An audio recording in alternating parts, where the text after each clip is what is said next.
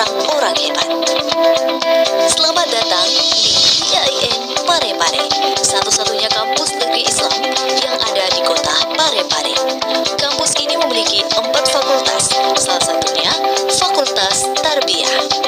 Fakultas Tarbiyah Institut Agama Islam Negeri Parepare memiliki visi menjadi fakultas terkemuka yang religius, modern, dan inovatif pada bidang kajian pendidikan dan kependidikan dalam mewujudkan IAIN Parepare sebagai pusat akulturasi budaya dan Islam. Fakultas Tarbiyah Institut Agama Islam Negeri Parepare memiliki 8 program studi, yaitu program studi pendidikan agama Islam, program studi pendidikan bahasa Arab, program studi tadris bahasa Inggris, program studi tadris ilmu pengetahuan sosial, program studi tadris ilmu pengetahuan alam, program studi pendidikan anak usia dini, dan program studi pendidikan matematika. Guru adalah ujung tombak generasi tunas bangsa. Gurulah yang pertama mengukir akan dijadikan apa generasi muda ini. Di IAIN Parepare, selain tersedia sumber daya manusia yang memadai, juga telah dilengkapi fasilitas yang menunjang proses pembelajaran. Visi dan misi ke program studi pendidikan agama Islam Fakultas Tarbiyah Institut Agama Islam Negeri Parepare.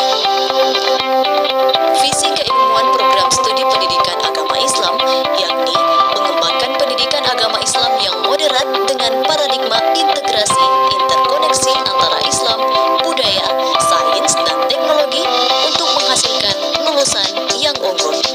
Tujuan keilmuan program studi pendidikan agama Islam: 1. Menghasilkan pendidik praktisi pendidikan agama Islam yang unggul dengan berparadigma integrasi interkoneksi yang selaras dengan bakat teknologi informasi berbasis akulturasi Islam dan budaya. 2. Menghasilkan karya ilmiah dan karya inovatif dalam bidang pendidikan agama Islam yang unggul dengan berparadigma integrasi interkoneksi yang selaras dengan perkembangan teknologi informasi berbasis akulturasi Islam dan budaya. 3. Menghasilkan pengembang bahan ajar pendidikan agama Islam yang unggul dengan berparadigma integrasi interkoneksi yang selaras dengan perkembangan teknologi informasi berbasis akulturasi Islam dan budaya. Mari bergabung dengan program studi pendidikan agama Islam Fakultas Tarbiyah Institut Agama Islam Negeri Parepare. Salam. Saya Hajriada, program studi pendidikan agama Islam angkatan 2014 di IAIN Parepare. Saat ini saya sedang mengajar di Sekolah Islam Terpadu Darul Quran Madani Parepare. Ayo kuliah yang Perkenalkan, nama saya Nur Mujahidah Jumadin. Saya alumni Prodi Pendidikan Agama Islam angkatan 2018. Saat ini bekerja di salah satu sekolah negeri yaitu UPT SMP Negeri 1 Madiun. Terima kasih.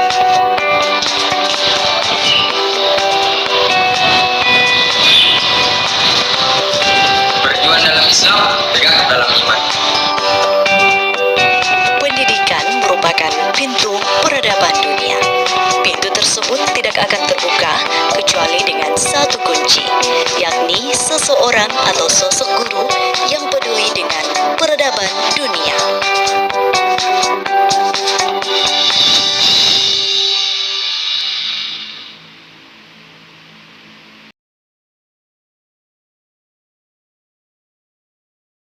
Warahmatullahi wabarakatuh. Waalaikumsalam warahmatullahi wabarakatuh. Baik, perkenalkan nama kakak Salsa Bidara Madani, mahasiswa dari Institut Agama Islam Negeri Parepare, Prodi Pendidikan Agama Islam Fakultas Tarbiyah.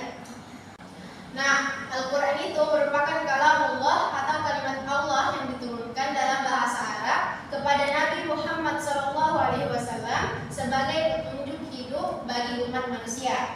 Namun, karena tidak semua umat Islam pintar berbahasa Arab atau mengetahui bahasa Arab, jadi ada yang maka dibutuhkan yang namanya terjemahan Al-Quran seperti itu. Nah, pengertian terjemahan Al-Quran sendiri itu adalah proses mengalihkan makna ayat-ayat Al-Quran dari bahasa Arab ke bahasa lain. Contohnya bahasa Indonesia, bahasa Jepang, Inggris, Korea,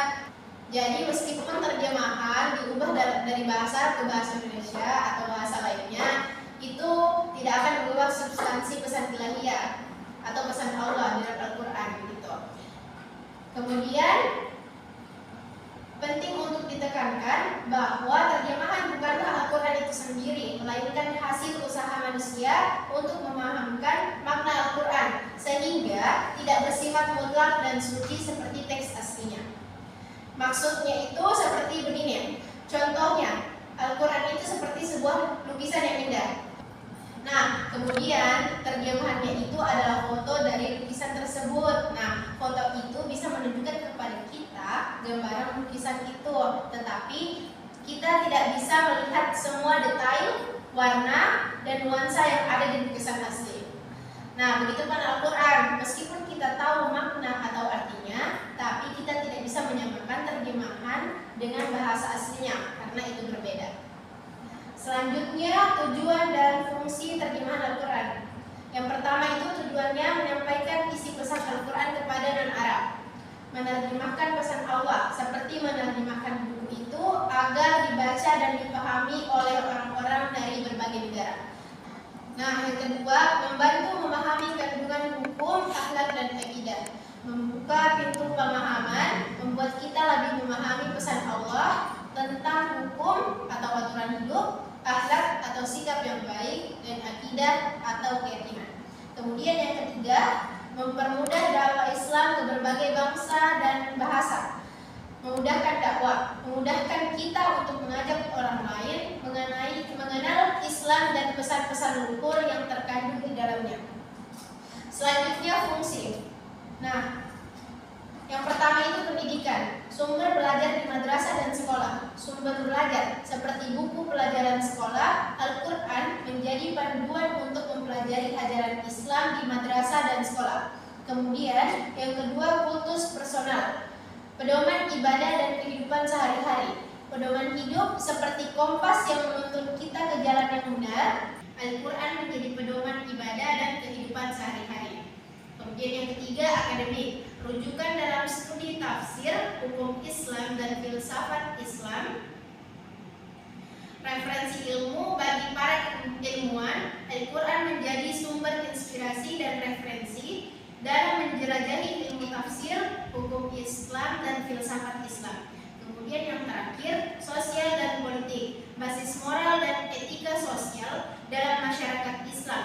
Landasan moral, etik, dan etika, ajaran Al-Quran menjadi dasar moral dan etika yang baik dalam masyarakat Islam dan membantu menciptakan hubungan yang harmonis antar sesama. Oke, sebelum kita lanjut, kita sedikit dulu nih. Jadi ICD-nya itu seperti ini. Kalau kakak bilang tepuk satu, kalian tepuk satunya seperti ini. Kalau tepuk dua seperti ini. Kalau tepuk tiga seperti ini. Tepuk empat nih. Kalau tepuk lima. Paham? Paham. Kemudian nak tepuk satu, tepuk tiga, tepuk lima, tepuk dua, tepuk satu, lima, empat, tiga. Baik, terima kasih. Tepuk tangan. Oke, baik, lanjut. Kita masuk pada materi jenis-jenis terjemahan Al-Quran. Jadi, jenis-jenis terjemahan Al-Quran itu ada tiga. Yang pertama itu terjemahan harfiah. Yang kedua terjemahan manawiyah, dan yang ketiga terjemahan tafsiriyah.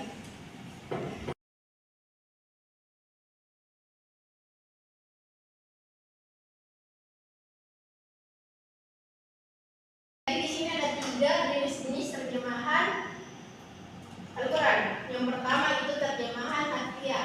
Kalau terjemahan harfiah itu menerjemahkan kata per kata. Jadi contohnya itu terjemahan harfiah. Kita ambil dari kata hamdalah, alhamdulillahirabbil alamin. Alhamdulillah itu artinya segala puji bagi Allah. Kemudian ya Rabbi itu artinya Tuhan. Kemudian al-alamin itu artinya semesta alam. Lanjut terjemahan maknawiyah.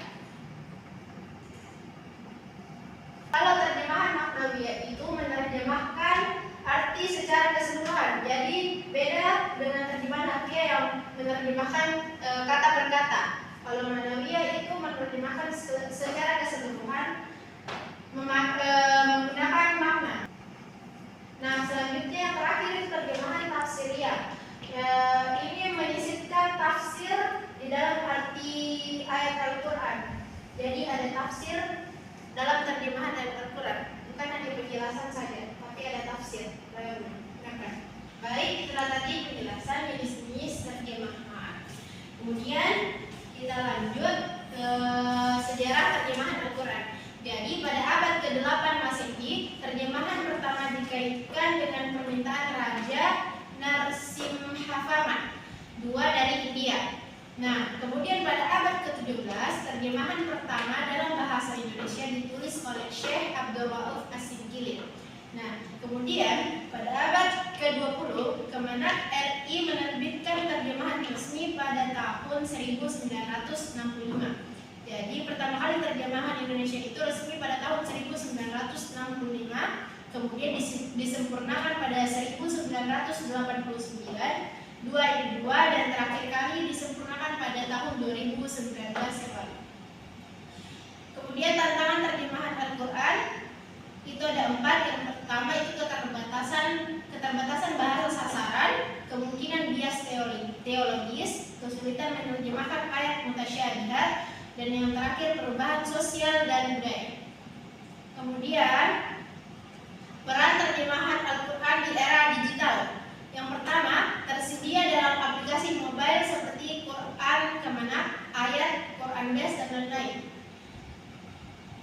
Ada semua aplikasi Al-Quran atau? Ada. Ya, yang kedua bisa diakses secara online dan gratis dalam berbagai bahasa. Kemudian yang terakhir membantu diseminasi Islam moderat dan literasi keagamaan yang lebih luas.